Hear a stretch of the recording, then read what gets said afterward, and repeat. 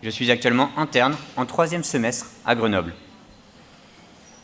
Cette boîte à outils a pour but d'apporter des ressources afin de mieux aborder la question des limitations des thérapeutiques actives avec nos patients et d'essayer de briser les tabous autour de la fin de vie.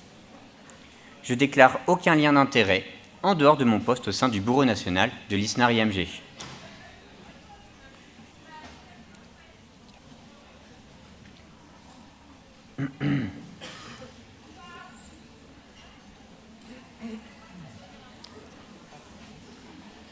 C'est pas le bon diapo.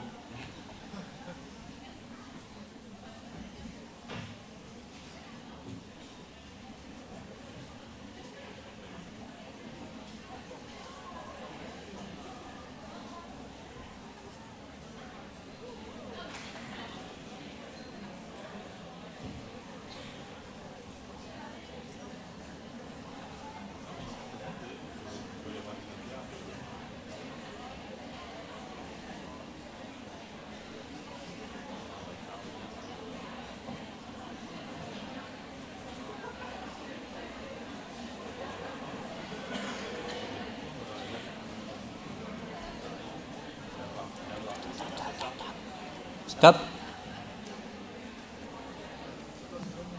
Mais oui, mais...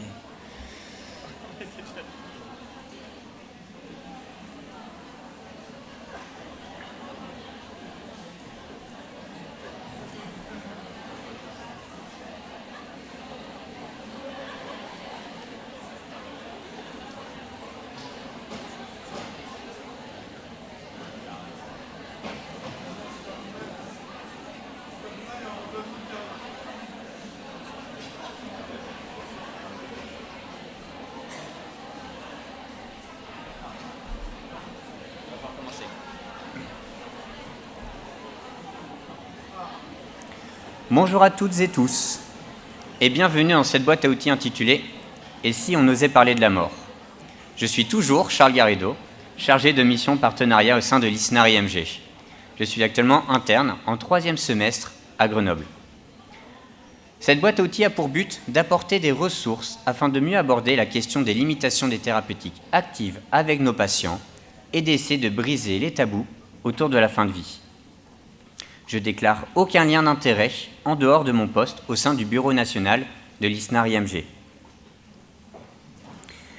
J'aimerais commencer par une citation d'Hippocrate. Dans son serment éponyme, il est dit « Je ferai tout pour soulager les souffrances, je ne prolongerai pas abusivement les agonies. » Dès la Grèce antique, les bases morales des soins palliatifs étaient déjà établies. Et pourtant, nous éprouvons encore aujourd'hui des difficultés à aborder ces sujets auprès de nos patients. Pourquoi ?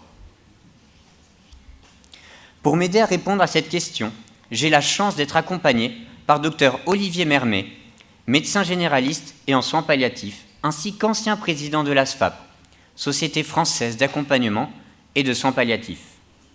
Par Dr Augustin Boulanger, juriste et maître de conférences en droit privé spécialisé dans la fin de vie. Et par Madame Isabelle de Ponfilly, ainsi que Madame Nathalie Maillu, toutes les deux bénévoles dans l'association Jalmav Rouen, une association d'écoute et d'accompagnement des personnes en fin de vie ou en soins palliatifs. Je leur laisse maintenant la parole.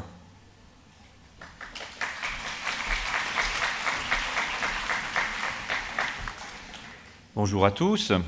La zapette est là. Alors, en termes de lien d'intérêt, j'en ai un bien sûr, puisque je suis pilote du plan national développement des soins palliatifs et accompagnement de la fin de vie 2021-2024 au ministère de la Santé, donc bien sûr qui a trait à ces questions. Sinon, hormis cela, je n'ai pas de lien d'intérêt sur la question du jour. Alors, quand on aborde cette question de la fin de vie, il faut déjà savoir maîtriser un petit peu les notions que j'ai relevées sur cette diapo. Tout d'abord, les discussions anticipées, qui sont des échanges entre le patient et son médecin, pour lesquels il est quand même conseillé d'essayer de garder un peu de traçabilité dans votre dossier.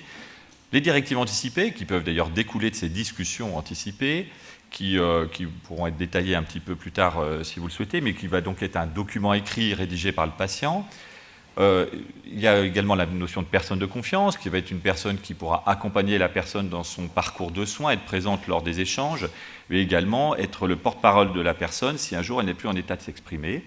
Tout ça s'intègre dans une notion plus globale qu'on appelle à l'échelle internationale l'Advanced Care Planning, en français la planification anticipée des soins, dont vous risquez d'entendre parler puisque le plan de soins palliatifs, comme je vous l'ai dit, se termine en 2024, mais devrait suivre une stratégie décennale qui va inclure cette notion de planification des soins face à la maladie grave.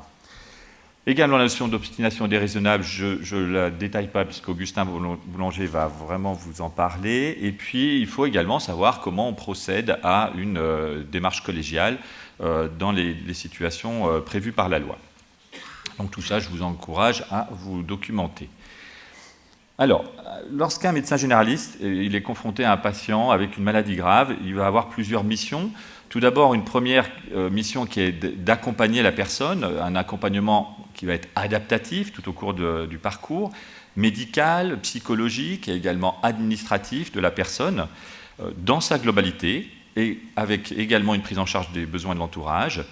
Et ce qui est important pour le patient à ce moment-là, c'est de dire à son patient que même s'il ne peut plus guérir, eh bien, il va tout faire pour le soulager, qu'il est là pour lui et qu'il sera toujours là pour lui jusqu'au bout. Il doit également informer le patient. On a parlé des droits du patient avec les directives anticipées, la personne de confiance, mais également le rassurer sur le fait qu'il a le droit d'avoir accès à des soins palliatifs, qu'il a le droit de refuser certaines investigations ou certains traitements, que l'obstination déraisonnable est interdite par la loi et que dans certaines situations, il peut recourir à une sédation.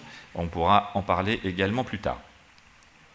Concernant les investigations et les traitements, le but est vraiment d'obtenir de la part de la personne une décision qu'on appelle éclairée, c'est-à-dire qu'à ce moment-là, le médecin généraliste, eh bien, il doit évaluer l'autonomie décisionnelle de son patient, c'est-à-dire sa capacité à comprendre les informations médicales, la capacité d'appréciation de la situation, incluant bien sûr les conséquences de ses choix, les capacités de raisonnement pour expliquer les raisons de ses choix, et enfin, bien sûr, la capacité de communiquer ses choix. Enfin, d'une façon générale, on ne peut pas faire de soins palliatifs tout seul, et le médecin généraliste il va donc avoir besoin de constituer et d'animer une équipe de santé de proximité. Alors, parler de la fin de vie avec ses patients, même si la personne a des capacités d'expression réduites, eh bien, c'est toujours intéressant. Le fait que la personne se sente libre d'interroger le médecin, de pouvoir poser des questions, d'avoir des réponses à ces questions, de se sentir écouté, eh bien, tout ça, ça peut également le protéger et le soulager, en fait, de pouvoir partager ses craintes. L'attitude fréquente qu'on a de vouloir protéger les personnes en leur cachant certaines informations, eh bien au contraire, ça peut parfois le laisser seul avec ses interprétations et ses angoisses. Parfois, les personnes attendent que le médecin fasse le premier pas sur ces questions, ou au moins saisissent les opportunités et les détectent un petit peu lorsque la personne va vous dire, par exemple, comment ça va se passer quand la maladie va évoluer, ou je sens que c'est la fin, ou j'ai peur. Ben, ces petits mots-là, il faut savoir se poser et commencer le dialogue. Il faut savoir qu'aborder cette question-là avec la personne, ça peut parfois induire des réactions de défense psychique. Vous pourrez également relire sur toutes ces défenses. Mais parfois, c'est difficile à gérer. Dans ces cas-là, il ne faut pas considérer ça comme un échec. On peut revenir à cette discussion plus tard. Alors, les discussions anticipées, elles peuvent être initiées par différents membres de l'équipe soignante, idéalement de façon précoce, par exemple suite à la découverte d'une maladie grave, bien sûr, mais aussi suite au décès d'un proche ou alors à une question d'actualité dans les médias. En tout cas, parler de la fin de vie avant la maladie, eh bien, ça rendra la discussion moins gênante le moment venu.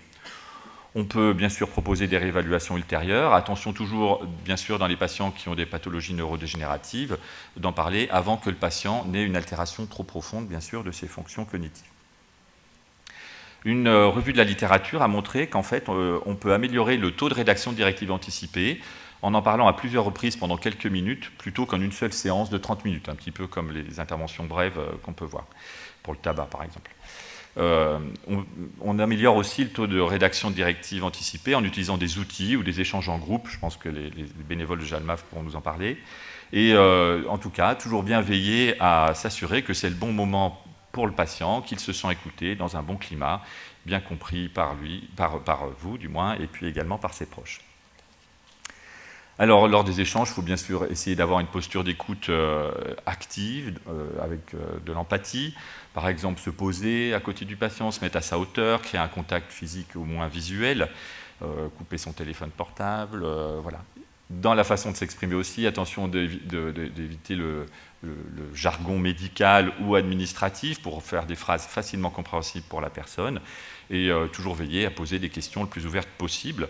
On peut utiliser des outils. Si on sent qu'on est un petit peu en difficulté, il ne faut pas hésiter à solliciter les équipes de soins palliatifs qui peuvent vous aider dans cette démarche également. Dans certains cas, on peut avoir besoin d'un tiers pour rédiger à la place de la personne, si elle n'est pas en capacité d'écrire elle-même. À ce moment-là, il faut 2 témoins qui vont pouvoir également co-signer les directives anticipées. On peut proposer d'associer les proches au moment des échanges, voire même au moment de la rédaction des directives anticipées, ou au moins de voir créer un dialogue antérieur avec eux. Et puis pour commencer les discussions, souvent ce qui est intéressant, c'est de savoir déjà, si c'est la personne qui vous en parle, pourquoi elle souhaite rédiger des directives anticipées. Ça permet de coder déjà un petit peu son état d'esprit.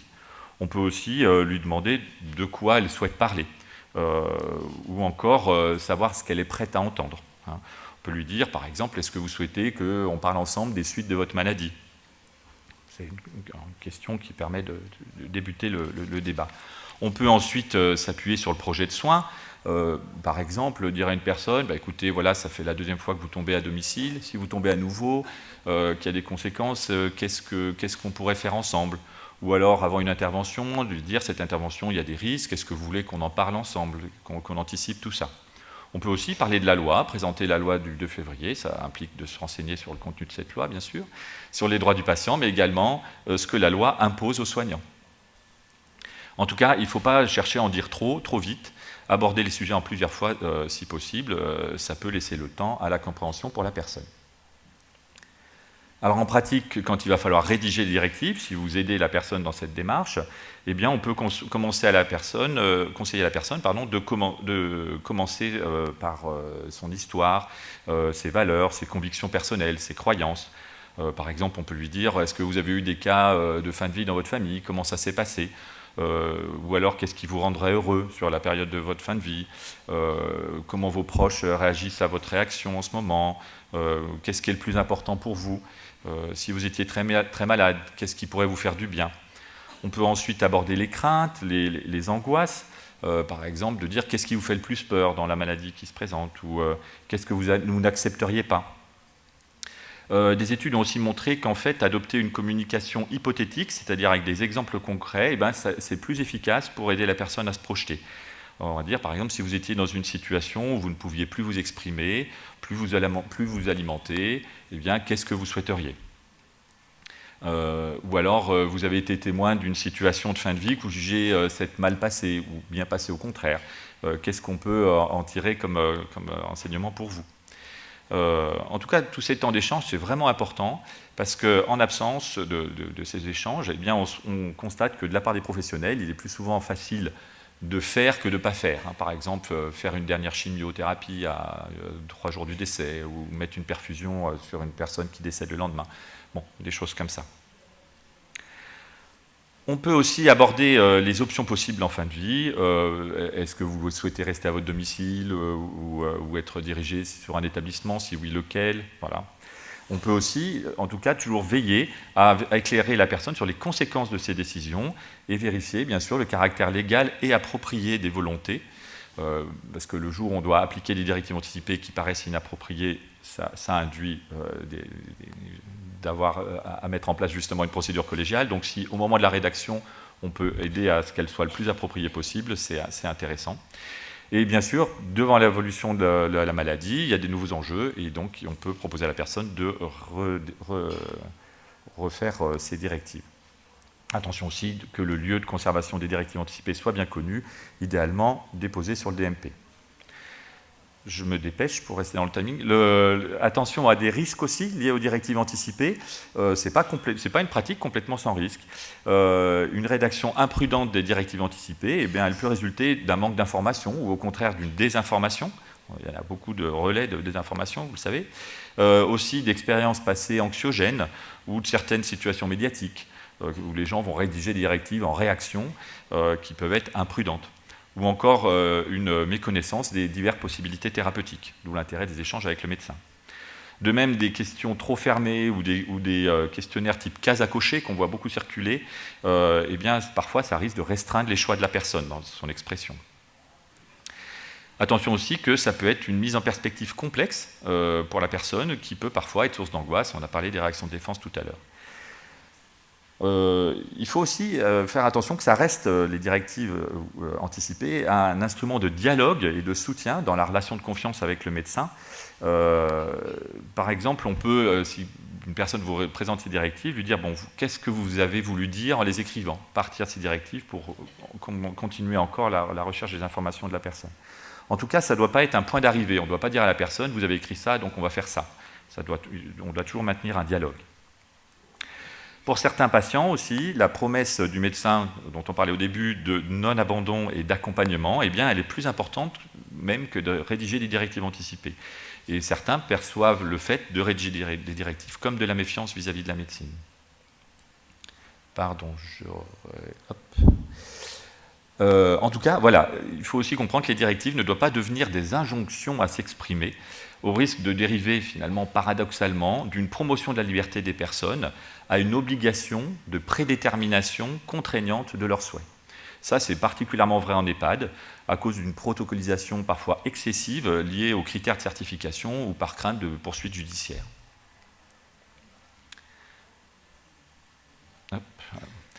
Voilà, les messages clés à retenir rapidement. Donc, ne pas hésiter à aborder précocement la question de la fin de vie avec nos patients. L'intérêt plutôt même des discussions anticipées avant même celui des directives anticipées. C'est plutôt de cette discussion que naît souvent un petit peu la solution pour les personnes. De bien comprendre que c'est un travail d'équipe, puisque les gens peuvent dire différentes choses à différents membres de l'équipe. Qu'en situation d'urgence également, bien, le dialogue continue. Si la personne n'est plus en mesure de s'exprimer, on va rechercher son expression dans ces directives anticipées. Et en leur absence, on va aller questionner la personne de confiance dont la vie prévaut sur la vie des autres proches. Dans tous les cas, en tout cas, il est important de rassurer la personne et ses proches qu'on peut certes arrêter des traitements, mais qu'on n'arrête jamais les soins, et que l'obstination déraisonnable, Augustin va vous le dire juste après, elle est dans tous les cas interdite. L'objectif de l'arsenal législatif actuel est bien de permettre à toutes les personnes d'accéder à une fin de vie digne et sans souffrance dans le respect de leurs décisions. Je vous remercie.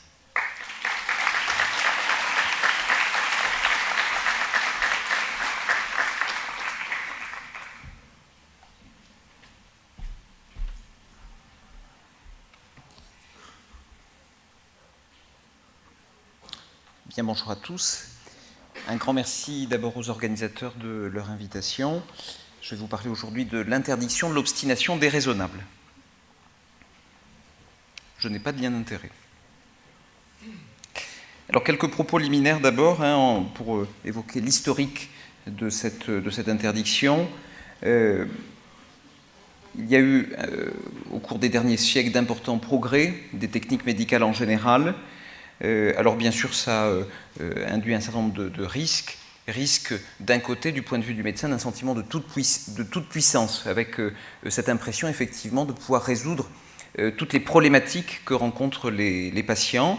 Et puis de l'autre côté, du côté du patient, il y a aussi un risque lié à ce progrès important des techniques médicales, qui est ce sentiment de pouvoir repousser sans fin l'ultime échéance pour le patient. De façon plus générale, on a, au cours de ces dernières décennies, un éloignement de la mort du quotidien des personnes. Ce progrès des techniques médicales, de façon générale, rend plus importante la réflexion sur la pertinence de l'introduction et de la poursuite d'un traitement nécessaire à la survie de la personne, et pose cette question justement de l'obstination déraisonnable.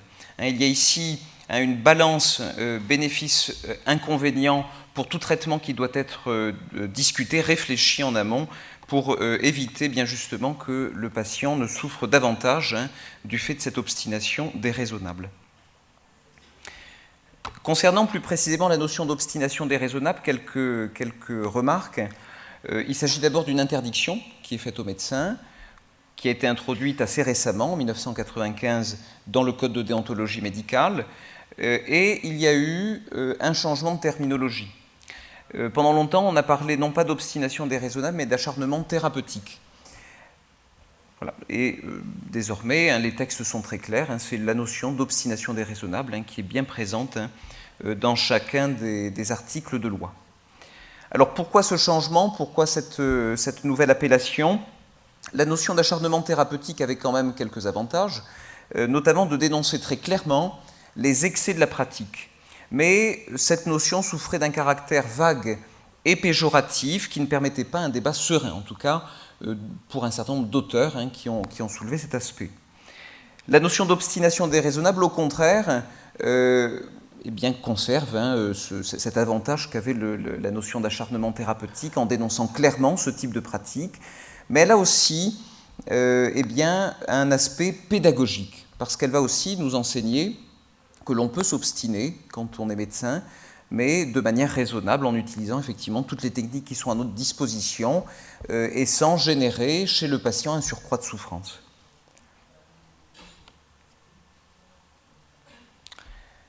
Il y a, pour cette interdiction de l'obstination déraisonnable, un domaine, un champ d'application qu'il nous faut bien comprendre. Les actes concernés sont les actes de prévention et d'investigation d'abord, à savoir, comme vous le voyez dans cette diapositive, les consultations médicales, les radiographies, les scanners, les autres actes exploratoires. Pour ma part, j'ai travaillé pendant 3 ans dans un établissement de soins palliatifs dans les Bouches-du-Rhône qui s'appelle, alors comme juriste, qui s'appelle La Maison. Aujourd'hui, c'est un peu plus de 40 lits. Et justement, on discutait régulièrement de ces actes de prévention et d'investigation. On se questionnait pour chaque patient, bien sûr en discussion avec lui, sur la pertinence de poursuivre des consultations, par exemple chez un oncologue, parce que entre Gardanne, où se situait cet établissement, et par exemple la Timone à Marseille, il y avait quand même 30 km, et chez un patient en fin de vie, ça peut générer un certain nombre de souffrances, d'inconfort, etc., etc. Ce sont aussi, alors là il faudra que j'apporte quelques précisions, le texte parle des actes de traitement et de soins, mais attention, comme l'a très bien dit Olivier Mermet juste avant moi, les soins de confort notamment, les soins palliatifs en général doivent être poursuivis autant que faire se peut au décès de la personne malade. Parmi les actes concernés, on peut lister la chimiothérapie, la radiothérapie, l'immunothérapie, les transfusions sanguines, la dialyse, etc., etc. Alors y compris la nutrition et l'hydratation artificielle, qui depuis la loi du 2 février 2016 entre dans ce champ d'application de l'interdiction de l'obstination déraisonnable. Comme vous le voyez, on exclut bien les soins palliatifs, c'est tout ce qui reste à faire quand il n'y a plus rien à faire, pour reprendre les propos de Thérèse Vanier.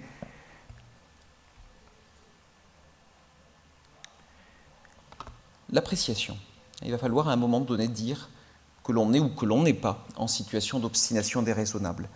La loi ici ne va pas remplacer le médecin, rassurez-vous, c'est bien le médecin qui va à un moment donné trancher, mais le législateur a cru bon à un moment donné de poser un certain nombre de critères dont il va falloir se saisir. C'est l'article L1110-5-1 du Code de la santé publique. Les actes et traitements concernés doivent être suspendus ou ne pas être entrepris dans certains cas. C'est d'abord en cas d'inutilité, c'est-à-dire l'absence de tout bénéfice thérapeutique, par exemple d'une chimiothérapie ou d'une radiothérapie. On doit à un moment donné bien savoir dire effectivement qu'on ne l'introduira pas ou qu'on va l'arrêter. Absence de bénéfice thérapeutique. Ensuite, critère de la disproportion, c'est-à-dire qu'ici on a une balance qui est défavorable, une balance entre les avantages et les inconvénients, qui laisse entrevoir plus d'inconvénients que de bénéfices. Enfin, c'est le fait que les actes et traitements concernés n'ont d'autre effet que de maintenir artificiellement la vie. Alors il peut s'agir bien de traitements lourds indispensables à la survie de la personne, par exemple une ventilation mécanique, une dialyse. Cela vise aussi tous ces traitements de substitution aux fonctions vitales qui prolongent artificiellement la vie d'une personne qui est en état végétatif ou pauci-relationnel. Alors dans ce cas précisément du patient en état végétatif ou pauci-relationnel, et sauf l'hypothèse dans laquelle des directives anticipées ont pu être rédigées et qui évoquent cette situation, la jurisprudence insiste ici sur le fait que le médecin doit prendre en considération un ensemble d'éléments. Il va s'appuyer sur un faisceau d'indices, que ce soit des éléments médicaux ou non médicaux. Alors, pour que mon propos soit tout à fait clair, tout cela est tiré donc de la jurisprudence liée à l'affaire Vincent Lambert, et donc le juge administratif, en l'occurrence, a façonné cette présentation-là. Parmi les éléments médicaux sur lesquels le médecin, dans ce cas-là, doit s'appuyer, il y a l'état actuel du patient, l'évolution de son état, alors évidemment une évolution négative, défavorable au patient, l'existence de souffrances qui sont éprouvées par le malade, et puis un pronostic clinique qui est clairement ici défavorable. Et puis, il faut aussi que le médecin tienne compte d'éléments non médicaux. En l'occurrence, il s'agit de la volonté exprimée par le patient, une volonté antérieure, puisque ce patient-là n'est plus en capacité de s'exprimer.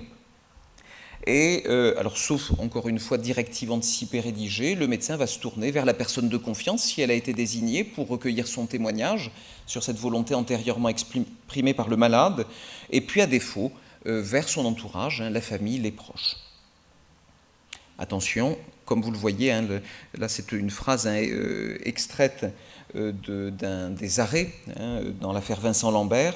La seule circonstance qu'une personne soit dans un état irréversible d'inconscience ou à plus forte raison de perte d'autonomie la rendant tributaire d'un tel mode de suppléance des fonctions vitales ne saurait caractériser une situation dans laquelle la poursuite de ce traitement apparaîtrait comme injustifiée.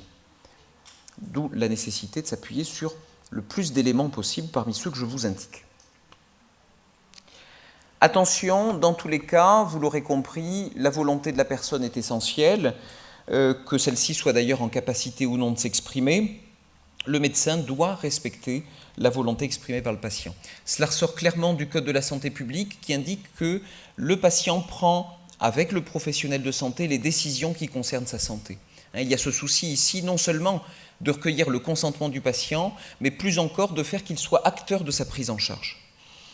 Alors, si le patient est en état de s'exprimer, la décision de limiter ou d'arrêter les thérapeutiques actives doit être prise conformément à la volonté du patient. Parce qu'on estime effectivement qu'il serait trop violent de dire au patient, vous avez effectivement une chimiothérapie qui est en cours, on va l'arrêter maintenant parce que j'estime effectivement qu'il y a une obstination déraisonnable. Tout ça doit se faire en discussion avec le patient qui est en état de s'exprimer.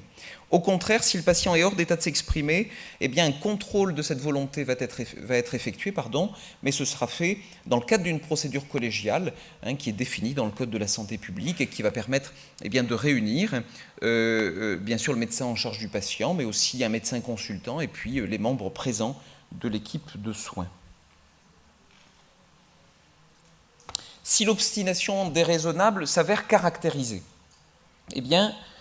la loi commande dans ce cas-là de ne pas mettre en œuvre ou de poursuivre les traitements médicaux en question.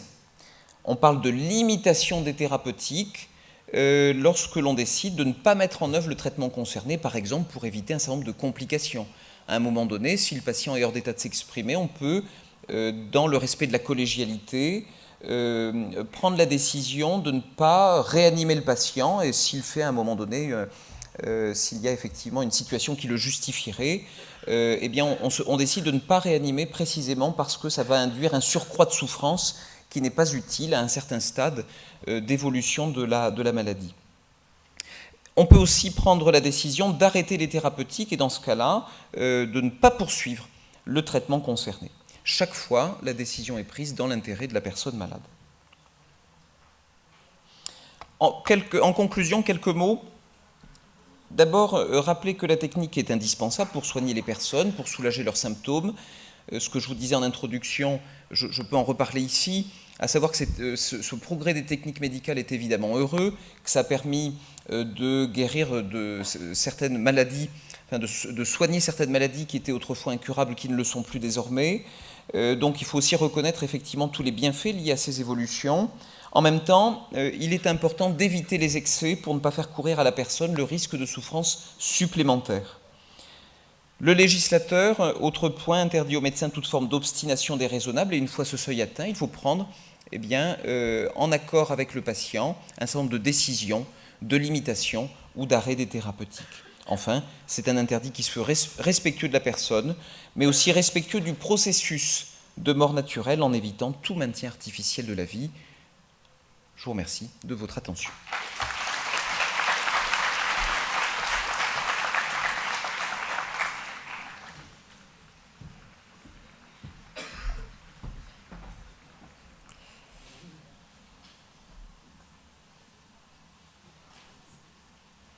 Bonjour à tous. Je voudrais commencer par remercier effectivement les organisateurs de leur aimable invitation. Je représente ici Jalmalve, dont le slogan est « Ensemble pour un accompagnement bienveillant de la fin de vie et du deuil ». Et si je vous détaille, vous l'avez sur l'écran, l'acronyme de Jalmalve, ça annonce un peu le programme et le pourquoi de ce bénévolat, c'est jusqu'à la mort, accompagner la vie. Alors effectivement, je confirme également que je n'ai pas de lien d'intérêt, pas plus que Nathalie Mailleux qui m'accompagne ce matin. Nous souhaitions vous présenter déjà la fédération en quelques mots. Donc c'est une fédération qui est un mouvement associatif laïque, sans appartenance confessionnelle, politique, philosophique, sans but lucratif. C'est une fédération qui existe au niveau bien sûr national. Nous sommes présents dans à peu près 120 villes. Je représente ici la structure associative de Rouen. Et on ne voit pas la dernière phrase, c'est peut-être plus ici. Et ce qui est intéressant, c'est que Jalmalve est une association qui date des années 70 ou 80, j'ai un petit doute, voilà, 83, et qui a été cofondatrice de la SFAP, que préside maintenant le docteur Mermet qui vous a parlé précédemment. Qui présidait, c'est effectivement le docteur Fourcade, Les 3 valeurs fondamentales de Jalmalve, vous les avez face à vous. C'est d'une part la dignité, qui nous paraît absolument inhérente à la personne humaine et inaliénable. Permettre de vivre la fin de vie sans avoir ni à en hâter la fin, ni à la prolonger par une obstination déraisonnable. Ces points étaient longuement débattus et partagés devant vous par les 2 médecins, et établir un lien de solidarité avec la personne accompagnée d'être humain à être humain, c'est peut-être là le cœur de notre bénévolat. Nous, finalement, nous ne sommes pas médecins, nous sommes bénévoles, et on vient témoigner dans chaque chambre auprès de chaque patient du fait que, oui, nous sommes solidaires de cette vie qui est face à nous. Donc les engagements cardinaux, c'est tout d'abord accompagner. Alors l'accompagnement est au sens large. Lorsqu'on intervient dans une structure, évidemment, on ne vient pas sans formation et on ne vient pas hors convention. Chaque établissement dans lequel nous venons, il y a une convention d'accompagnement. Et la mission est assez large puisqu'effectivement, on peut accompagner à la fois une personne en fin de vie. Ça peut également être une personne gravement malade. Ça peut également être des personnes âgées. Nous intervenons par exemple en EHPAD. Également les personnes en deuil parce que après les soins palliatifs, après l'EHPAD, il peut y avoir des temps de deuil, notamment pour les familles. Nous sommes formés, une formation d'un bénévole Jalmalve, c'est entre 6-8 mois de formation active, avec une formation continue qui va s'inscrire ensuite tout au long de l'année. Nous sommes avant tout formés à une présence respectueuse auprès du patient, également auprès des familles, des proches et également des aidants, des soignants. Sachez-le, lorsqu'une structure Jalmalve est présente dans un établissement de santé où vous allez intervenir, eh bien, sachez que le bénévole Jalmalve en place peut aussi venir être un instant de partage avec vous, en dehors de la chambre du patient, parce que nous mesurons fort bien, quotidiennement, le poids qui peut reposer sur vos épaules dans certaines situations ou après des situations accompagnées particulièrement éprouvantes pour vous, soignants. Nous nous engageons également à favoriser le développement des soins palliatifs et puis à contribuer, et c'est peut-être l'une des raisons de notre présence ici face à vous, contribuer à changer le regard face à la maladie, le grand âge, la mort. Le la boîte à outils dans laquelle nous intervenons aujourd'hui, c'est « Et si on osait parler de la mort ?» On considère, nous, chez Jalmaf, que c'est absolument tout sauf un sujet tabou, et finalement, la mort fait partie, alors ça peut être plus ou moins agréable, plus ou moins doux, plus ou moins accompagné, mais néanmoins, c'est un processus naturel qui fait partie de tout un processus de vie. Je voulais terminer avec 2 exemples, puisqu'on souhaite privilégier un temps de dialogue, 2 exemples d'outils disponibles qui sont mis en place par la Fédération, vous pouvez les retrouver sur le site de jalmalv.fr. Un premier jeu de cartes à vos souhaits qui reprend et qui permet peut-être de partager, ça peut être un outil extrêmement intéressant pour vous médecins, mais également lorsque vous rencontrez les familles. À vos souhaits, ce sont les souhaits autour des directives anticipées. Qu'est-ce que je souhaite moi ? Alors, pour être un peu léger, ça pourrait ressembler à un jeu de cette famille. Évidemment, ce sont des choses très, peut-être plus âpres à l'intérieur, mais néanmoins, ça peut permettre d'être un médiateur pour aborder ces sujets avec le patient ou avec sa famille. Et le second, qui est à droite, valise osons parler de la mort, peut-être là aussi un peu plus difficile, c'est vraiment parler de la mort avec les adolescents ou les enfants. Ce sont d'autres temps que vous rencontrerez probablement dans votre exercice de la médecine. Et ce sont des outils mis au point par la Fédération qui nous paraissent tout à fait utiles et qui peuvent vous soutenir parfois lorsque vous aurez besoin d'aborder ces sujets. Je crois que j'ai terminé. Je vous remercie pour votre attention et nous serons heureux de répondre à vos questions.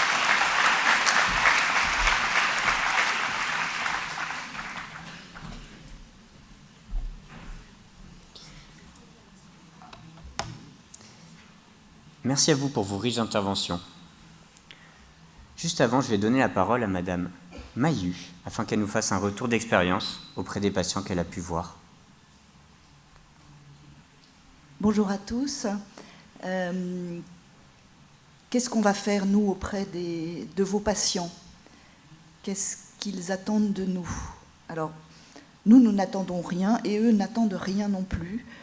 Nous sommes juste dans l'être et non pas dans le faire. Contrairement à vous, médecins, on vient représenter la société qui s'intéresse encore à ces personnes qui sont alitées la plupart du temps. Et on vient leur dire que leur vie compte jusqu'à la dernière seconde. On vient les écouter. Parfois, ils ne parlent pas.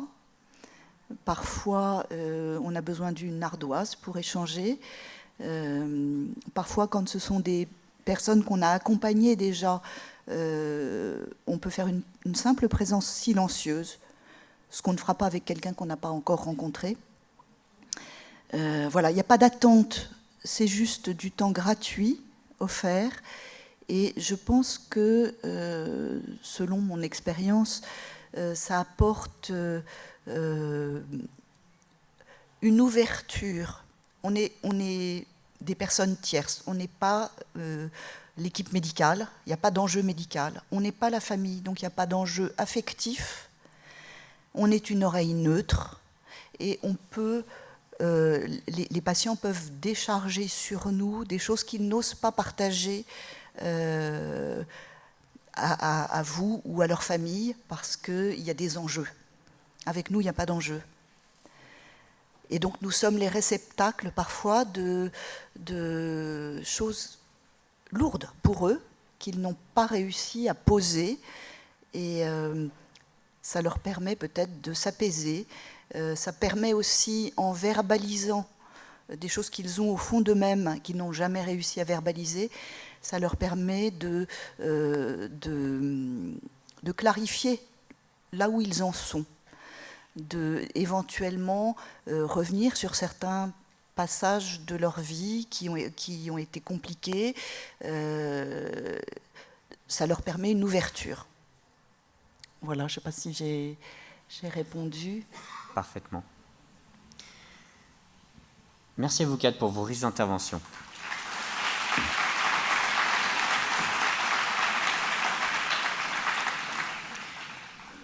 Je vais moi-même vous apporter quelques outils et ressources afin de vous aider dans votre pratique quotidienne. Je souhaite vous parler de Santé BD, que l'on retrouve notamment dans le guide Médecine et précarité, rédigé par l'ISNAR-IMG. Il s'agit d'un site qui propose des bandes dessinées mettant en scène des situations médicales telles qu'une consultation en médecine générale ou encore le passage d'un scanner. C'est un très bon outil de vulgarisation, utilisant un langage plus imagé. Il existe 3 bandes dessinées en rapport avec notre sujet: les soins palliatifs, les directives anticipées et les personnes de confiance. Une autre ressource que certains et certaines connaissent peut-être déjà, il s'agit de PalliaClick, créé et recommandé par le CHU de Grenoble. PalliaClick est un site regroupant de multiples outils médicaux pouvant être utilisés en soins palliatifs, comme par exemple des échelles d'évaluation de la douleur chez un patient non communicant ou des aides à la prescription. Le site est très bien organisé avec des menus déroulants classés par thématiques telles que la douleur, la sédation, etc.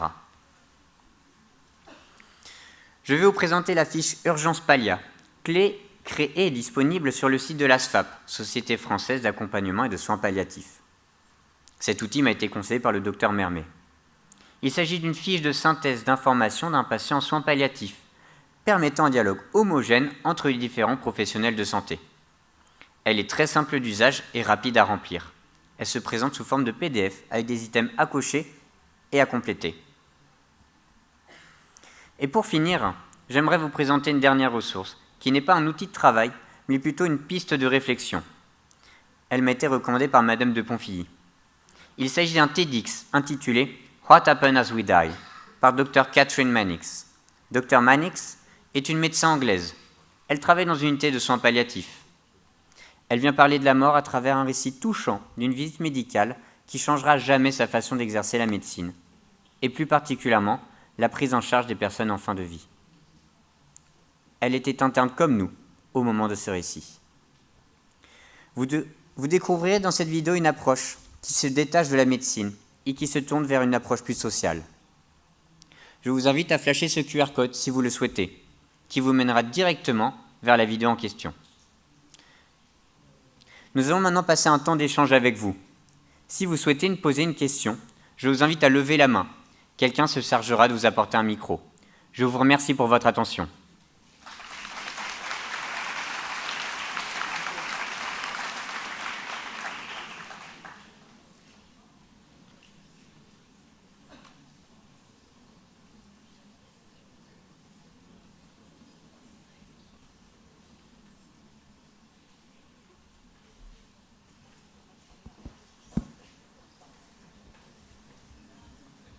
En attendant la première question, qui est toujours la plus difficile, ce qu'on se disait, je rajouterai quelques outils. Déjà, le dernier est très très bien, il est traduit en français, pour info. Dans les outils, vous avez aussi beaucoup d'outils sur le site de la Société française de soins palliatifs, donc la SFAP, sfap.org. Également beaucoup d'outils sur le site du Centre national des soins palliatifs et de la fin de vie qui s'appelle parlonsfindevie.fr. Vous trouverez aussi sur ce site donc des infographies, des documents pour justement être un soutien à la discussion avec vos patients, notamment sur directives anticipées, personnes de confiance, toutes ces questions-là. Un site, si vous êtes confronté à des fins de vie chez des jeunes, des adolescents, qui s'appelle La vie, la mort, on en parle. Ça a été fait par un jeune et c'est vraiment très très bien fait ce site et plein d'outils pour pouvoir par exemple accompagner un enfant, mais également sa classe, les enseignants, voilà. S'il n'y a toujours pas de questions, je continue sur les outils. Si, il y a une question là-bas, pardon. Alors, on aura d'autres outils après.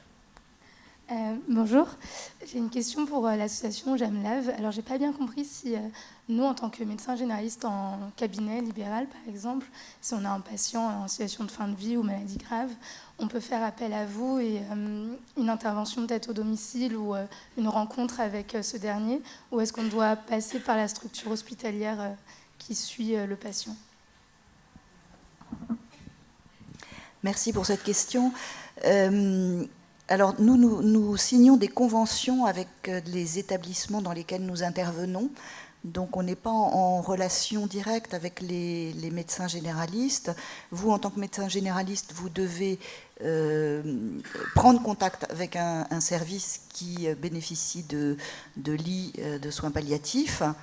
Et si ce service est dans les établissements dans lesquels, dans la liste des établissements dans lesquels nous intervenons, nous passerons voir le patient. Mais on ne peut pas aller à la demande. Pour ce qui est du domicile, certaines associations Jalmalve ont des accompagnants à domicile.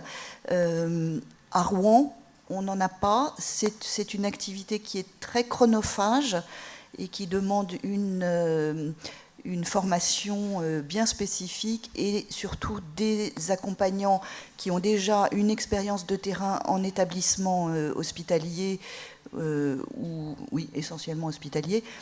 Et donc, faute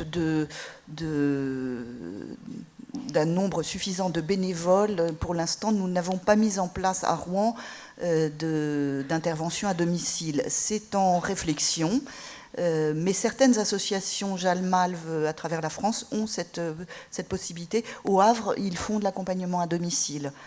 Donc voilà, c'est une spécificité qui peut se mettre en place, mais c'est des forces vives qui nous manquent. D'ailleurs, les médecins généralistes peuvent peut-être aussi donner des informations sur le fait qu'on peut devenir bénévole. Ça peut déjà être intéressant pour trouver du monde, parce qu'ils cherchent beaucoup de bénévoles. Merci beaucoup pour ta question. Il me semble qu'il y a une question là-haut.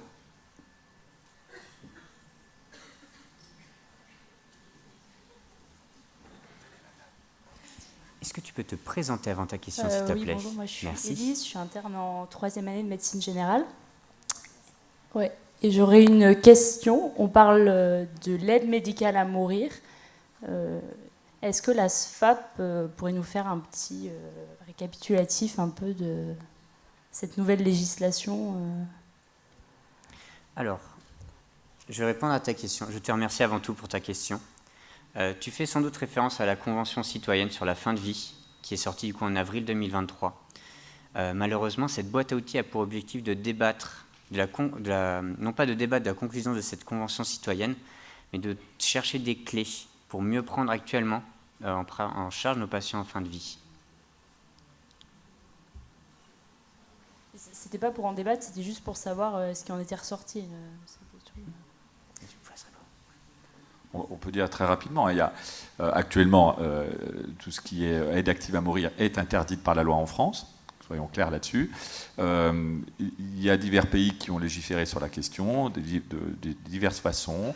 Il y a soit bien sûr l'euthanasie, qui est le fait de donner un produit directement létal, et d'administrer en tout cas le produit à la personne, et puis l'assistance au suicide, qui est la possibilité de donner à la personne un produit qui va lui permettre de mettre fin à ses jours. Voilà. Actuellement en France c'est interdit, et c'est ces questions-là qui sont actuellement en réflexion. Pour l'instant le projet de loi n'a pas encore été présenté.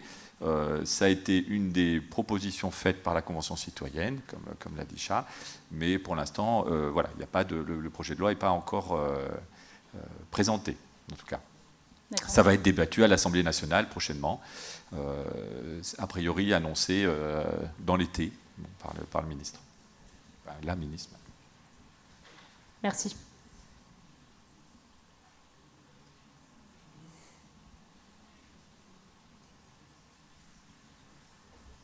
Là devant.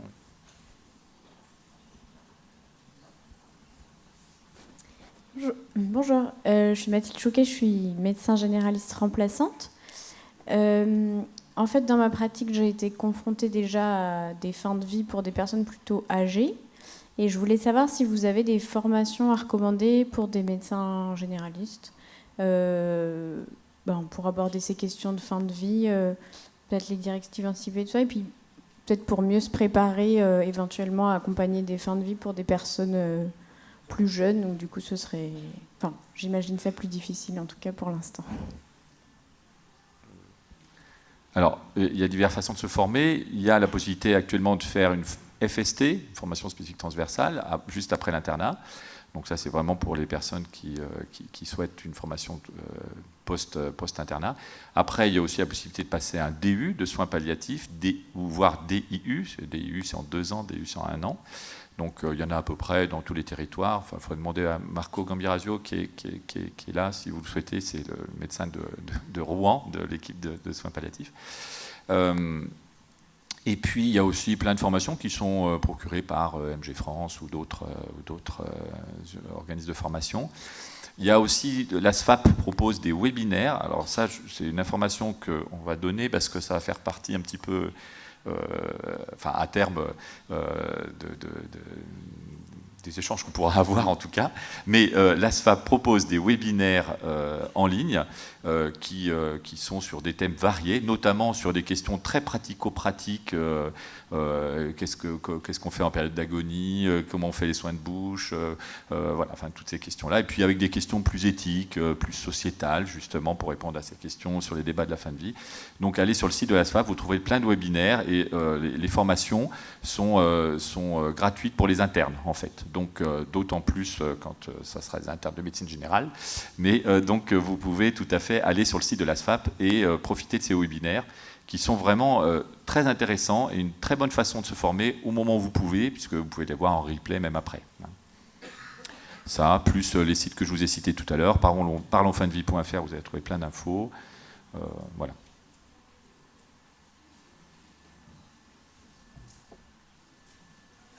La parole est à toi. Bonjour, Gabrielle, interne en 3e semestre de médecine générale à Rouen.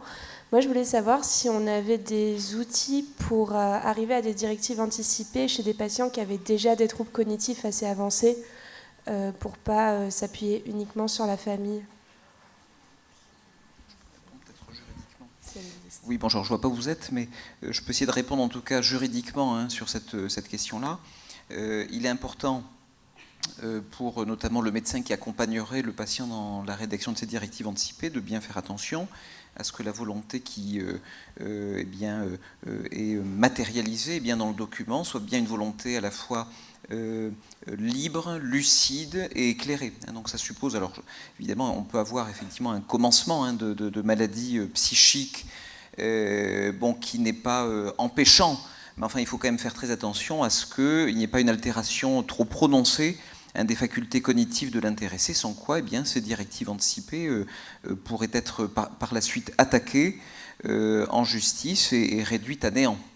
Donc vraiment attention à cela, et c'est aussi le travail des professionnels de santé qui accompagnent les patients dans ce type de rédaction-là, d'être vigilants à la capacité de la personne à réfléchir, surtout que cette directive anticipée porte sur un sujet qui est quand même assez technique. On va aborder dans ces discussions-là des questions liées à des traitements quand même qui sont très spécifiques, et donc il faut quand même une certaine capacité de compréhension et de réflexion pour pouvoir les rédiger. Donc voilà, attention à cette vigilance-là. Oui, Marco.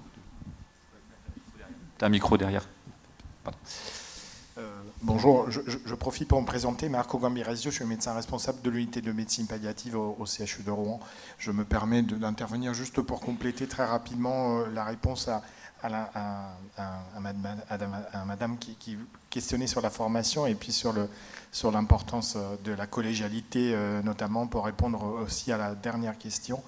Bon, dans la formation, il y a aussi des modules qui se créent assez rapidement là, ces derniers temps, portés déjà par le Medical Training Center du CHU de Rouen, qui a mis en place depuis l'année dernière une formation en une journée assez pratique sur les soins palliatifs à domicile, que faire en pratique.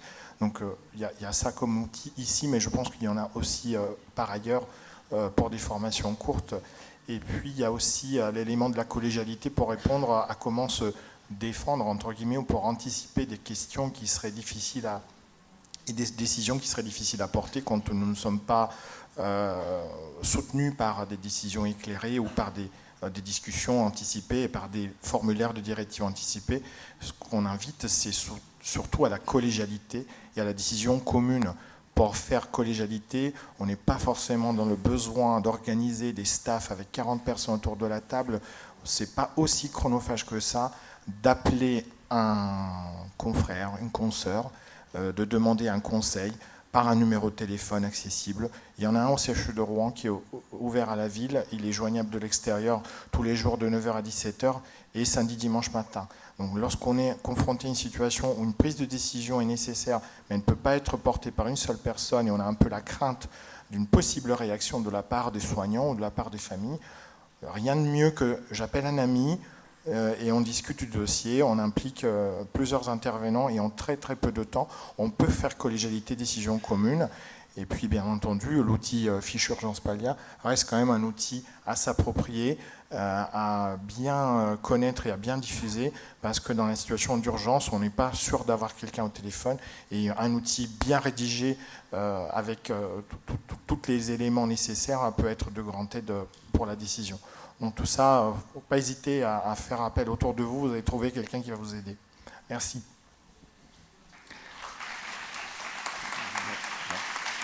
Oui, c'est cette notion aussi de formation par le compagnonnage avec l'aide des équipes de soins palliatifs. C'est vraiment, on ne peut que vous encourager à le faire. On ne peut pas faire des soins palliatifs tout seul. Il faut créer une équipe autour de soi avec les gens compétents. Est-ce qu'il y a d'autres questions? Bonjour, oui, je suis Léa Wenzel, interne en médecine générale. Moi, c'était plus sur la rédaction, la rédaction des directives anticipées. Est-ce que on peut le rédiger en cabinet? Et dans ce cas, comment? Parce qu'en fait, c'est pas seulement juste recopier un texte ou... c'est l'expression de la personne. Ouais. Je sais pas si... En fait, c'est la personne qui va rédiger ces directives anticipées, c'est pas vous. Hein. Voilà, vous pouvez l'aider pour le faire, c'est ce qu'on a essayé de dire tout à l'heure. Vous pouvez l'accompagner dans ce travail, mais c'est bien la personne qui va rédiger. Ça peut se faire au cabinet, mais ça peut aussi... moi, il m'arrive des fois d'avoir une discussion avec la personne, de lui dire préparez un premier texte, et puis elle me ramène une première version, on en rediscute, on dit qu'est-ce que vous avez voulu dire dans cette phrase, attention, est-ce que vous vous êtes rendu compte que ça peut induire ça? Ah bon, on va peut-être remodeler un petit... Voilà, et peu à peu, elle revoit un petit peu le texte jusqu'à une rédaction finale. Ça peut se faire en plusieurs temps, hein, comme je le disais tout à l'heure. Hein, voilà, parce que c'est vrai que faire un acte exprès, c'est souvent assez chronophage quand même, donc moi, souvent, je procède comme ça. Les gens m'amènent une première version, on en rediscute. Voilà. Mais insister, je crois, surtout sur ces discussions répétées. Et puis, si la personne a besoin d'être aidée, bien sûr que vous pouvez prendre un temps pour ça. Et puis, solliciter les équipes, encore une fois, de soins palliatifs qui peuvent vous aider dans cette démarche. Oui, je voulais rajouter sur la rédaction des directives anticipées. Je ne sais pas si ici, il y en a qui ont déjà rédigé leurs directives anticipées. Non, je ne vois pas beaucoup de mains levées. Ah, il y en a quand même, bravo. Il n'y a pas d'âge pour rédiger ces directives anticipées, parce qu'on peut les modifier à tout moment. En revanche, il est important, c'est quelque chose qui se mature sur le long terme. Pour répondre à votre question, ça ne se fait pas en urgence sur le coin d'un bureau. C'est quelque chose qu'on doit réfléchir, maturer. Moi, à Jeanne-Mal, on est très promoteur de la rédaction des directives anticipées. J'ai été présidente pendant 4 ans et demi, 3 ans et demi, je ne sais plus. Mais j'ai mis au moins 2 ans et demi, voire 3 ans, avant de rédiger mes propres directives anticipées. Donc ça prend du temps. Et c'est pour ça que l'échange avec les patients doit se faire de manière assez précoce. N'hésitez pas à parler de ce sujet à des patients qui ne sont pas en fin de vie. Moi, je pense que l'affaire Vincent Lambert aurait été beaucoup plus simple et non médiatisée s'il avait rédigé ses directives anticipées. Donc voilà, on ne sait pas le jour ni l'heure de notre mort. Donc n'hésitez pas à rédiger et à inviter vos patients à réfléchir en tout cas à la rédaction de ces directives anticipées.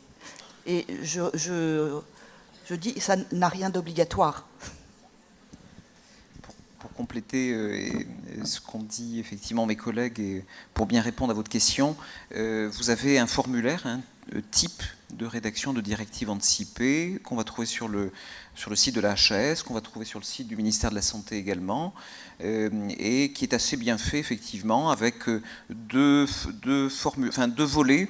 Un volet qui va être rédigé par la personne qui pense être en bonne santé, et puis un autre volet qui va être complété par la personne qui se sait atteinte d'une maladie grave et incurable. Voilà. Et elle va pouvoir effectivement, la personne sur ce formulaire, indiquer si elle souhaite, pour le jour où elle ne pourra plus s'exprimer, par exemple, si elle accepte ou non une dialyse, si elle accepte ou non une ventilation artificielle, si elle accepte ou non, voilà, tout un certain nombre de traitements. Alors on peut recourir à ce formulaire-là, on peut aussi bien rédiger sur papier libre. Et dans ce cas-là, on va trouver, par exemple, sur servicepublic.fr, certaines phrases types qu'on va pouvoir compléter. Voilà. Donc attention, le formulaire n'est pas obligatoire, on peut tout à fait donc recourir à un papier libre, et on peut le rédiger seul ou au contraire se faire accompagner par un médecin. Et sur un plan purement légal, j'ajouterais, ça c'est important pour vous, que le législateur, le 2 février 2016, a introduit dans le Code de la santé publique l'obligation pour le médecin traitant, à un moment donné, d'en discuter avec son patient pour s'assurer qu'il a connaissance ou non de ce dispositif que sont les directives anticipées, tout comme il a l'obligation désormais aussi d'évoquer avec le patient la question de la personne de confiance. Alors en pratique, est-ce que c'est appliqué? J'en sais rien. Je sais que c'est une obligation légale. Je sais aussi que depuis 8 ans, mon médecin traitant ne m'a jamais parlé de ça. Pour autant, effectivement, c'est dans les textes et voilà, on peut s'en saisir en tout cas. Madame de Ponfilly. Actuellement, c'est 18% des gens qui ont rédigé des directives. Madame de Ponfilly, est-ce que vous souhaiteriez nous parler un peu plus du jeu de cartes justement que propose Jalmav en rapport avec du coup les directives anticipées, ou Madame Maillu, selon votre convenance? Alors, justement, ce jeu de cartes est intéressant parce que ce ne sont pas des actes techniques qui sont proposés, parce que dans pas mal de formulaires, on vous demande de cocher, c'est comme un QCM, de cocher je veux pas d'assistance respiratoire, voilà. Là, le jeu de cartes, c'est une quarantaine de cartes avec des concepts ou ce que je veux ou ce que je ne veux pas.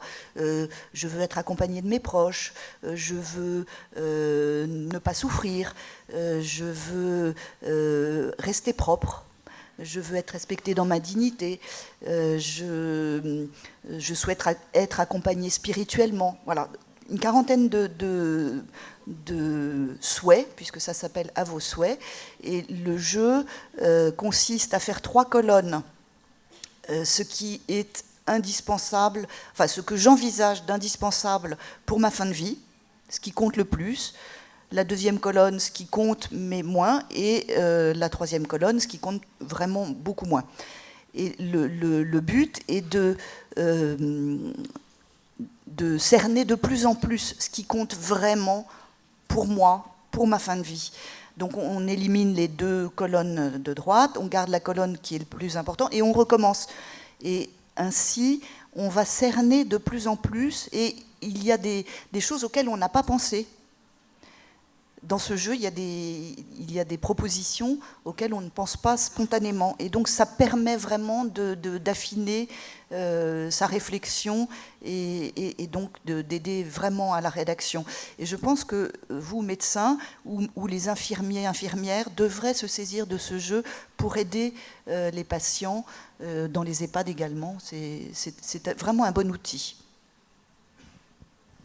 Un petit mot aussi, parce que effectivement ce jeu est important, c'est un outil, comme on l'indique, pour aborder ce sujet-là, donnant actuellement un certain nombre de formations dans les hôpitaux, en EHPAD aussi, comme formateur en droit. Je me rends compte que dans certains établissements, il y a un certain fonctionnement qui fait qu'on va aborder ce sujet-là à l'entrée du patient dans l'établissement, et ça peut être extrêmement brutal pour les personnes qui arrivent en EHPAD, pas toujours convaincues effectivement d'ailleurs, et pas toujours enthousiastes évidemment à l'idée d'arriver dans ce type d'établissement, et à qui l'on parle comme ça dès l'entrée de la rédaction de directives anticipées. Donc voilà, ça peut être vraiment pris de manière très violente par la personne, ça peut être confrontant aussi, parce qu'on aborde de suite un sujet qui n'est pas simple, hein, celui de la fin de vie. Ce jeu peut être justement utilisé pour aborder le sujet de manière délicate, pas à l'entrée évidemment du patient dans l'établissement, mais plus tard, quelques semaines plus tard, éventuellement, s'il en a le besoin, en tout cas si on perçoit qu'il y a besoin d'en parler avec lui, parce qu'effectivement, il peut y avoir une pathologie ou une nécessité, effectivement, à un moment donné, de soulever le sujet, mais on peut le faire de manière délicate, et ça, c'est un bon moyen de le faire, effectivement. Il y a un autre jeu qui est intéressant qui s'appelle Kipal, K-I-P-A-L, qui est disponible également, qui avait été développé par Elébor, qui est un fonds de dotation pour la fin de vie, et qui permet de réfléchir en équipe justement sur un autre outil. Un autre outil à connaître sur les soins palliatifs, bien sûr, Palliadis également, qui vous permet de vous poser en une dizaine de questions l'intérêt de recourir à une équipe de soins palliatifs, et il existe une version Géronto également.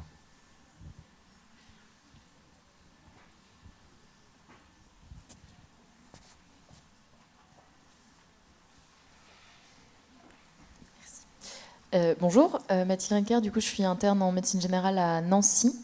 Je voulais juste vous poser une question plus orientée sur la pédiatrie, parce que c'est vrai qu'on parle beaucoup de soins palliatifs, d'EHPAD, de personnes en fin de vie quand on parle de personnes adultes, mais c'est tout à fait différent quand même quand on parle d'enfants. Je pense notamment sur le plan légal, les directives anticipées pour des enfants, ça ne doit pas du tout être la même chose. La responsabilité de la personne, la famille, les parents, les deux parents qui ne sont pas forcément d'accord, la place de la décision de l'enfant lui-même, et aussi comment on gère un petit peu tout ça, donc, sur plein de plans. Je laisserai Augustin répondre sur l'aspect des directives anticipées chez l'enfant. Vous pouvez vous faire aider, et il faut se faire aider, parce que c'est des situations extrêmement rares quand même, heureusement, que d'accompagner un enfant sur une situation de fin de vie, et il ne faut pas le faire tout seul. Je vous conseille fortement de vous faire aider. Il y a des équipes qu'on appelle les ERRSPP, alors c'est vrai qu'on aime bien au ministère les choses comme ça, équipe ressources pédiatrique, équipe ressources régionales en soins palliatifs pédiatriques. Moi, je m'y perds. Donc, il y en a dans toutes les régions. Il faut les contacter dans ces cas-là, bien sûr, pour vous aider. Si vous êtes confronté à une maladie grave comme ça, il devrait y avoir peut-être dans l'avenir aussi, on espère, dans la prochaine stratégie décennale dont je parlais tout à l'heure, des unités de soins palliatifs pédiatriques qui pourraient voir le jour en France. Voilà, également. Je laisse Augustin répondre sur la... Et alors, concernant les directives anticipées, on ne l'a pas dit jusqu'à présent, mais elles peuvent être rédigées à partir de 18 ans. Donc pour l'enfant, ce n'est pas possible. Voilà, donc pour le médecin, il a effectivement comme interlocuteur, entre guillemets, et l'enfant, hein, qui a le droit de recevoir une information, dont il va rechercher aussi le consentement aux actes et traitements médicaux. Bien sûr, tout ça de façon adaptée à son âge, à sa capacité de compréhension et d'expression. Et puis aussi, bien sûr, les parents, qui sont ses représentants légaux et qui ont leur mot à dire, bien sûr, sur la prise en charge de leur enfant. Voilà, donc c'est cette particularité qui est liée à la minorité de l'enfant. Mais encore une fois, plus l'enfant avance en âge, et plus le médecin est tenu, bien sûr, de l'informer précisément de sa situation, avec des mots toujours plus précis, et puis, bien sûr, de recueillir le consentement de l'enfant. Est-ce que vous souhaitez parler de la valise que propose Jalma, justement ?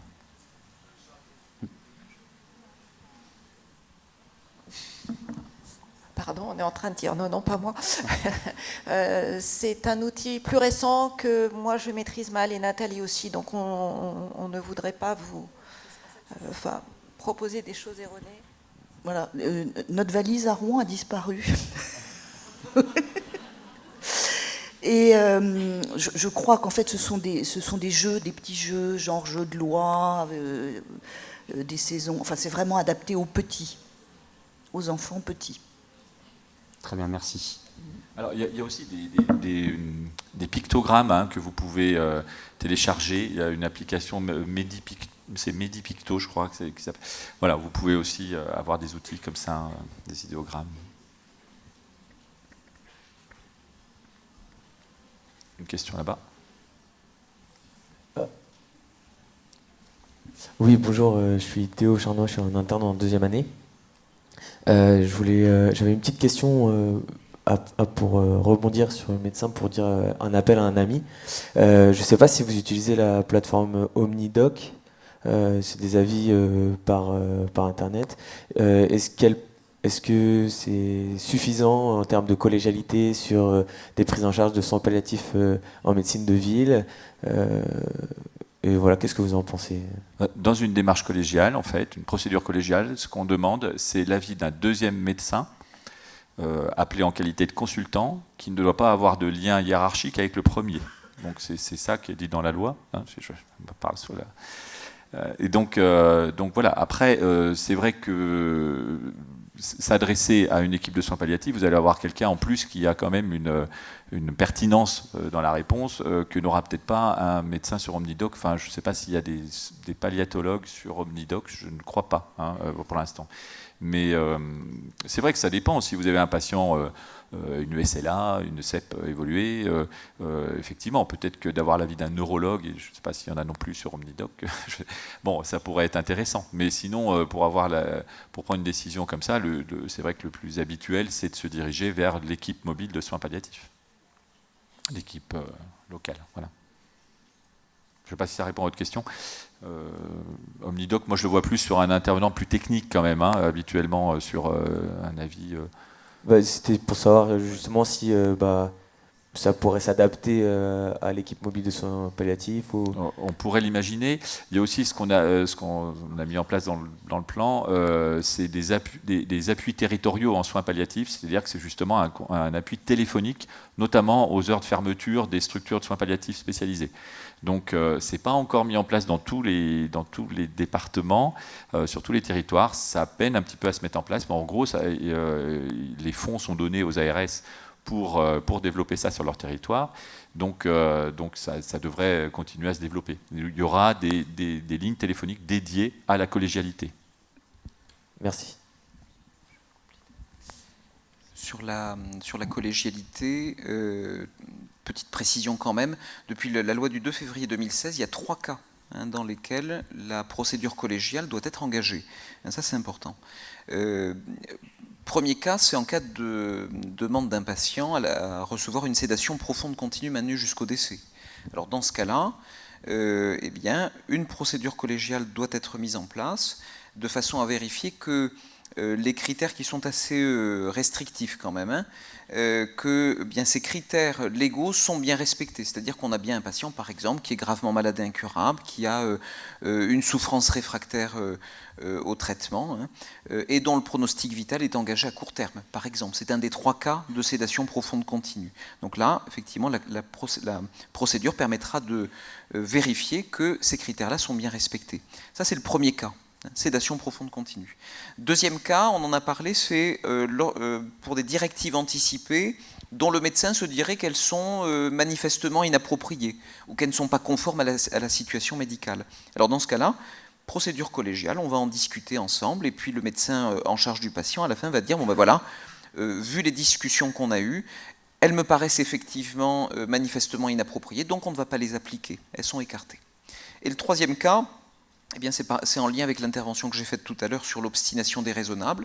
C'est lorsque on a un patient qui n'est pas en état de s'exprimer et dont on décide à un moment donné eh bien, de limiter ou d'arrêter les thérapeutiques actives. Alors dans ce cas-là, effectivement, eh bien, on va le faire dans le respect d'une procédure collégiale et le médecin en charge du patient à la fin de tranche.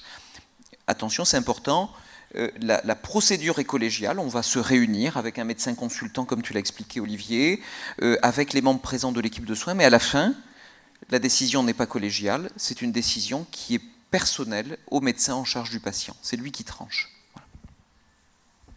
Ça vaut aussi pour la personne de confiance ou les proches.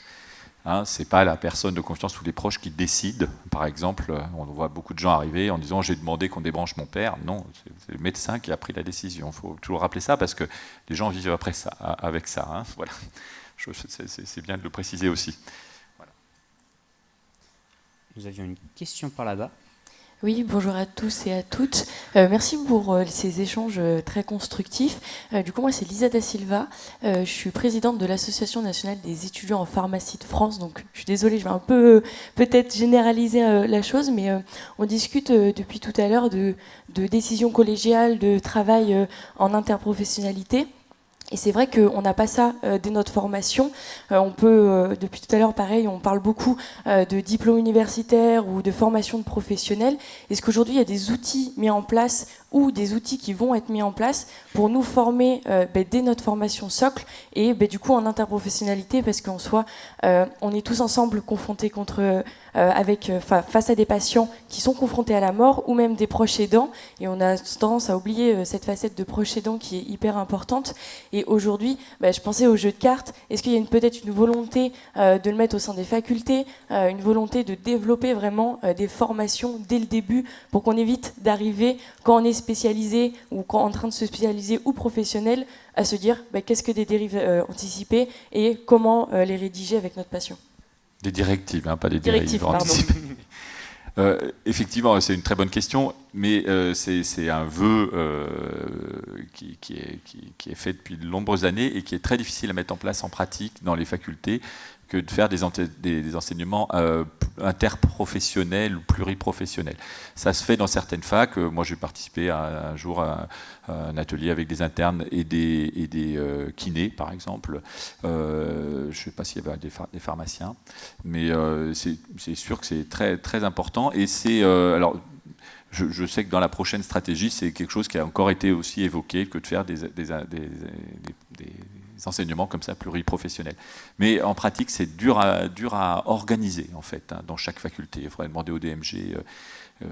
Et même, en fait, là, c'est même avant les internats que, effectivement, la question se poserait dans votre question. Mais... Il y a aussi la formation continue des professionnels de santé. Comme je vous disais, j'assure des formations, surtout dans l'ouest de la France. Et donc pendant 2 jours, effectivement, je vais former des médecins, des infirmiers, des aides-soignants, par exemple, aux droits des malades. J'ai une formation sur les directives anticipées. Et justement, j'ai le jeu de cartes en question là, de Jalmalve. Et donc pendant un temps, on va jouer, je vais leur faire découvrir ce jeu. Qui est un outil dont ils vont pouvoir se saisir. Il coûte 12 €, c'est pas cher.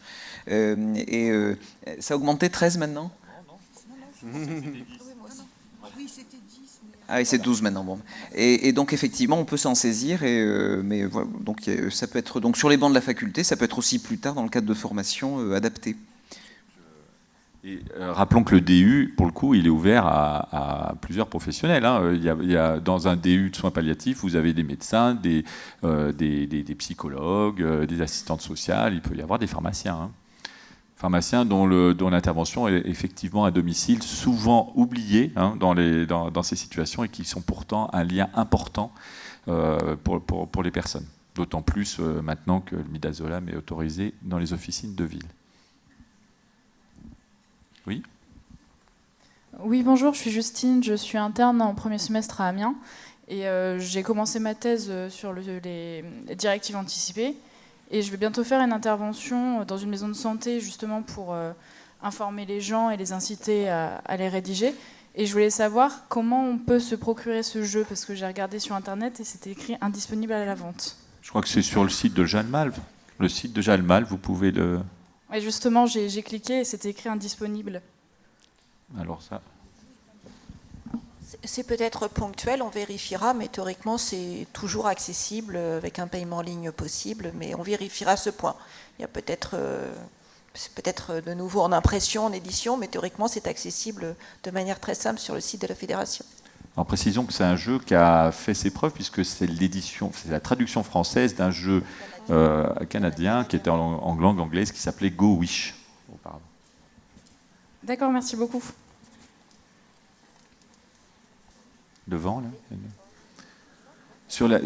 Pendant d'attendre le micro, attention aussi que les directives anticipées, justement, quand on les a préparées avec la personne, elles peuvent éviter à la personne de confiance ou aux proches, justement, de porter une demande qui pourrait être engageante. Hein, si la personne dit qu'elle souhaite par exemple qu'on arrête certains traitements dans certaines situations, eh bien, être la personne qui va demander d'arrêter le traitement, c'est pas si simple que ça à dire. Donc, le fait qu'il y ait des directives anticipées, ça évite aux proches de porter ce message. Bonjour, je suis Joséphine, je suis en 3e semestre de médecine générale. Tout à l'heure, vous aviez abordé la question sur une procédure collégiale quand les directives anticipées étaient inappropriées. J'avais une question sur quand c'est la personne de confiance qui est désignée écrite, dans le cas où le malade n'est plus capable de s'exprimer, qui elle-même est inappropriée ou absolument pas consciente de ce qui se passe. Sur le point légal et même communication, est-ce que vous avez des réponses ? Voilà, donc la personne de confiance, ça peut être le médecin traitant, ça peut être un parent, un proche. Et cette personne de confiance, eh bien, elle va, dans certains cas, pouvoir accompagner le patient dans le cadre de ses démarches médicales, de ses consultations, pourquoi pas, effectivement. Elle va aussi, et surtout, hein, c'est sa mission première d'ailleurs, être un témoin de la volonté de la personne pour le cas où il y aurait justement une procédure collégiale mise en place en cas de limitation ou d'arrêt des thérapeutiques actives. Alors, autant les directives anticipées aujourd'hui sont contraignantes, c'est-à-dire qu'elles s'imposent en principe aux médecins, autant ce n'est pas le cas du témoignage de la personne de confiance, qui est simplement indicatif. C'est, comme je le disais tout à l'heure dans ma présentation, c'est un élément parmi d'autres, hein, ce témoignage de la personne de confiance sur la volonté antérieure exprimée par le malade. Donc le médecin en charge du patient n'est pas lié par ce témoignage, hein, il peut tout simplement effectivement ne pas en tenir compte et le mettre de côté à partir du moment où il considère que bien ce n'est pas représentatif de la situation, que ça ne correspond pas ou qu'il y a un problème de cohérence. Donc voilà, soyez tout à fait rassurés par rapport à ça, ce n'est pas contraignant. Dans un tel cas, attention à la traçabilité, bien sûr, des échanges. Voilà. Voilà, j'insiste quand même, si vous décidez de ne pas suivre, voilà, de bien tracer dans votre dossier quand même que vous avez eu cet échange, que vous en avez reparlé en équipe. Voilà, les procédures collégiales, elles sont aussi en équipe, hein, donc de bien tracer tout ça dans vos dossiers. Bonjour. Ici, là, coucou. Ah, là-bas, oui. C'est voilà, les spots, là, on rallonge. Là. Voilà, oui. Je suis Claudia, je suis interne en médecine générale à Nancy. Et en fait, moi, j'avais une question concernant justement, enfin, comme vous avez mentionné tout à l'heure, la possibilité de réévaluer la pertinence des directives anticipées qui pouvaient ne pas être adaptées à une situation. Mais en fait, à quel moment, enfin, pour nous, c'est objectif, pour le patient, c'est quelque chose qui est relativement subjectif. À quel moment est-ce qu'on a le droit de dire non, c'est pas adapté, on va pas appliquer ce genre de directive anticipée, en fait? J'ai un peu du mal à comprendre comment est-ce qu'on peut refuser à quelqu'un de vouloir mettre des directives anticipées qu'elle a choisies. Parce que nous, on juge que c'est pas adapté à la situation. Même si on explique ou quoi, il y a quand même un risque de déni de la situation ou quoi que ce soit. Donc, en plus, c'est délicat. Donc, refuser à quelqu'un de mettre ce qu'elle souhaite, comment on peut faire, en fait? Quel type de discussion on peut avoir? Vers qui on peut se diriger? Et de quel droit, en fait, nous, on a de refuser un droit à quelqu'un aussi? Merci de votre question. C'est très, très important, hein, comme question, parce que quand, en 2016, on a rendu ces directives anticipées contraignantes, il a fallu se demander si cette situation-là, si ce principe du caractère contraignant était tout à fait absolu, ou si on devait se ménager quand même quelques possibilités de les écarter. Alors, lors du débat parlementaire, donc, cette question a été soulevée, et donc il y a cette exception-là, hein, je vous le dis, hein, de directive anticipée qui serait manifestement inappropriée ou non conforme à la situation médicale. C'est un cas dans lequel on va pouvoir écarter ces directives anticipées. Alors, dans le cadre du débat parlementaire, il y a quelques exemples qui ont été donnés, qui vont vous permettre de bien comprendre de quoi il s'agit. Il peut s'agir de directives anticipées qui seraient très anciennes, hein, c'est-à-dire qu'elles seraient devenues tout à fait obsolètes et non représentatives de la volonté de la personne. Aujourd'hui, alors, avant la loi de 2016, les directives anticipées étaient valables 3 ans. Là, c'est fini. Hein. Aujourd'hui, elles sont valables indéfiniment jusqu'à modification ou révocation. Donc, on peut demain, effectivement, avoir des directives anticipées qui auront 10, 15, 20 ans, pourquoi pas. À un moment donné, qu'est-ce que ces directives anticipées nous disent de la volonté réelle de la personne? Est-ce qu'elles ne sont pas tout à fait obsolètes? Bon. Donc, dans ce cas-là, le médecin pourra effectivement juger opportun de mettre en place une procédure collégiale pour écarter ces directives. Autre exemple, je disais que les techniques médicales évoluent, qu'il y a des progrès qui sont effectués. Aujourd'hui, on a des maladies qui sont encore incurables. Demain, peut-être ces maladies ne le seront plus. Si jamais on a des directives anticipées qui sont écrites à un instant T où la maladie concernée et que la personne a est incurable, si demain on trouve une molécule qui est nouvelle, une nouvelle molécule qui justement rend cette maladie curable, eh bien le médecin pourra dire attendez, ce patient il a rédigé des directives anticipées à un moment donné où la maladie était incurable, aujourd'hui on peut le guérir. Je vais effectivement prendre la décision en collégialité, après procédure collégiale, de les écarter parce que le patient s'est prononcé à un moment donné où cette maladie ne pouvait pas être guérie. Voilà. Donc voilà, je les écarte. Et puis il peut y avoir bien tout simplement des directives anticipées qui seraient mal rédigées, qui ne seraient pas cohérentes par rapport à la situation. Eh bien là aussi, on pourra les écarter. Vous voyez ? Donc bon, ce sont des cas particuliers, ce n'est pas la majorité des situations. Mais voilà, on s'est gardé, voilà, c'est cette porte de sortie et dans l'intérêt du malade. Je compléterai aussi que des fois, la notion de directive anticipée contraignante peut se percuter avec la notion d'obstination déraisonnable, quand par exemple, puisque dans les directives anticipées, on peut demander à poursuivre certains traitements. Parfois, mais par contre, le fait de poursuivre certains traitements peut parfois être de l'obstination déraisonnable. On a eu un cas récemment médiatique où la justice a dû trancher, justement, puisque la personne demandait dans ses directives, a priori ces directives, on va dire, parce que c'était une lettre, enfin bon, en tout cas à poursuivre les traitements, même si il était maintenu artificiellement en vie. Et donc la justice a dû trancher considérant qu'il s'agissait d'obstination déraisonnable lorsque l'équipe n'a pas voulu suivre les directives. Je sais pas si tu veux. Oui, alors c'est une affaire qui a été connue, je crois que c'est à Valenciennes, non ? Et donc un patient qui demandait à être maintenu artificiellement en vie, quoi qu'il arrive, quoi qu'il en coûte pour lui d'ailleurs. Et il s'avérait que d'ailleurs, je crois que l'encéphalogramme était plat, enfin, on était un patient en état de mort cérébrale, et qui demandait à être maintenu, à travers ces directives anticipées, maintenu artificiellement en vie. Donc là, à un moment donné, la justice a dû trancher en disant que non, effectivement, ces directives anticipées ne peuvent pas être appliquées quand elles sont contraires au respect de la dignité de la personne. Donc là aussi, on a pu les écarter. Alors, la fin se faisant ressentir et le temps nous étant compté, nous allons, à contre-heure, écouter une dernière question. À ta gauche. Bonjour, moi je suis Clémence Buche, interne en médecine générale. Là, on parle vraiment de maladies. On n'a jamais parlé de la maladie psychiatrique et notamment des tentatives de suicide et des directives anticipées. Qu'est-ce qu'on en fait quand, par exemple, un patient arrive en tentative de suicide avec des directives anticipées où clairement il souhaite qu'on ne poursuive pas les soins? Alors, c'est une question qui fait débat, parfois, justement, on en parlait tout à l'heure. Aujourd'hui, le doute profite à la vie dans l'incertitude, et si on considère qu'une tentative de suicide elle est symptomatique d'un syndrome dépressif, eh bien, on va réanimer la personne aujourd'hui. C'est ce que font les urgentistes. Tout dépend du contexte. S'il s'agit d'une personne qui effectivement est déjà atteinte d'une maladie grave évolutive, peut-être que avec une échéance de décès proche qui mettrait fin à ses jours, peut-être que l'équipe médicale pourrait en tout cas ne pas faire de zèle lors de cette réanimation. Je ne sais pas, tout dépend du contexte, bien sûr.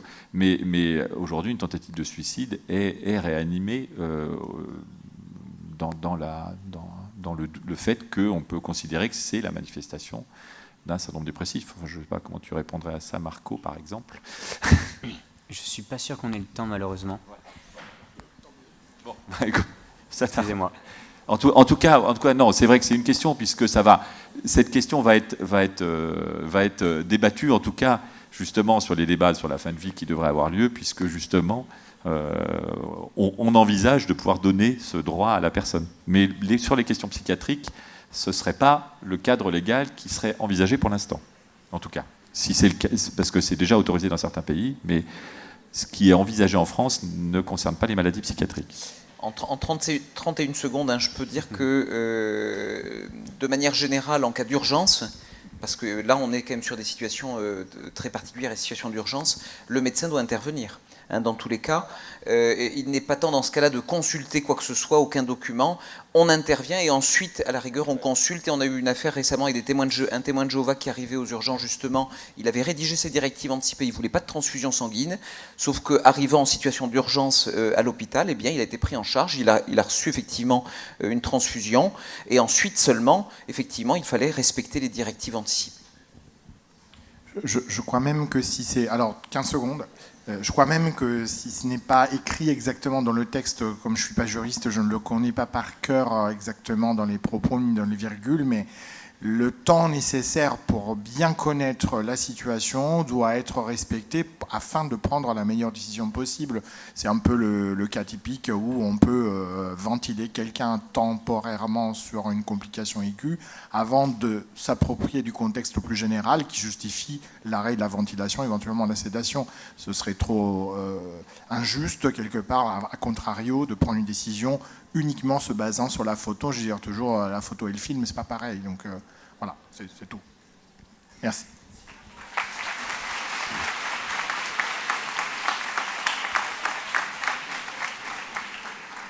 Je vais maintenant clore cette boîte à outils. Je tiens à remercier les intervenants et intervenantes pour leur temps, ainsi que les connaissances qu'ils et elles nous ont apportées. Je tiens aussi à vous remercier, vous tous ici présents, pour vos questions. Les Lunchbox vous attendent dans le hall partenaire. Je souhaite donc à toutes et à tous un bon appétit.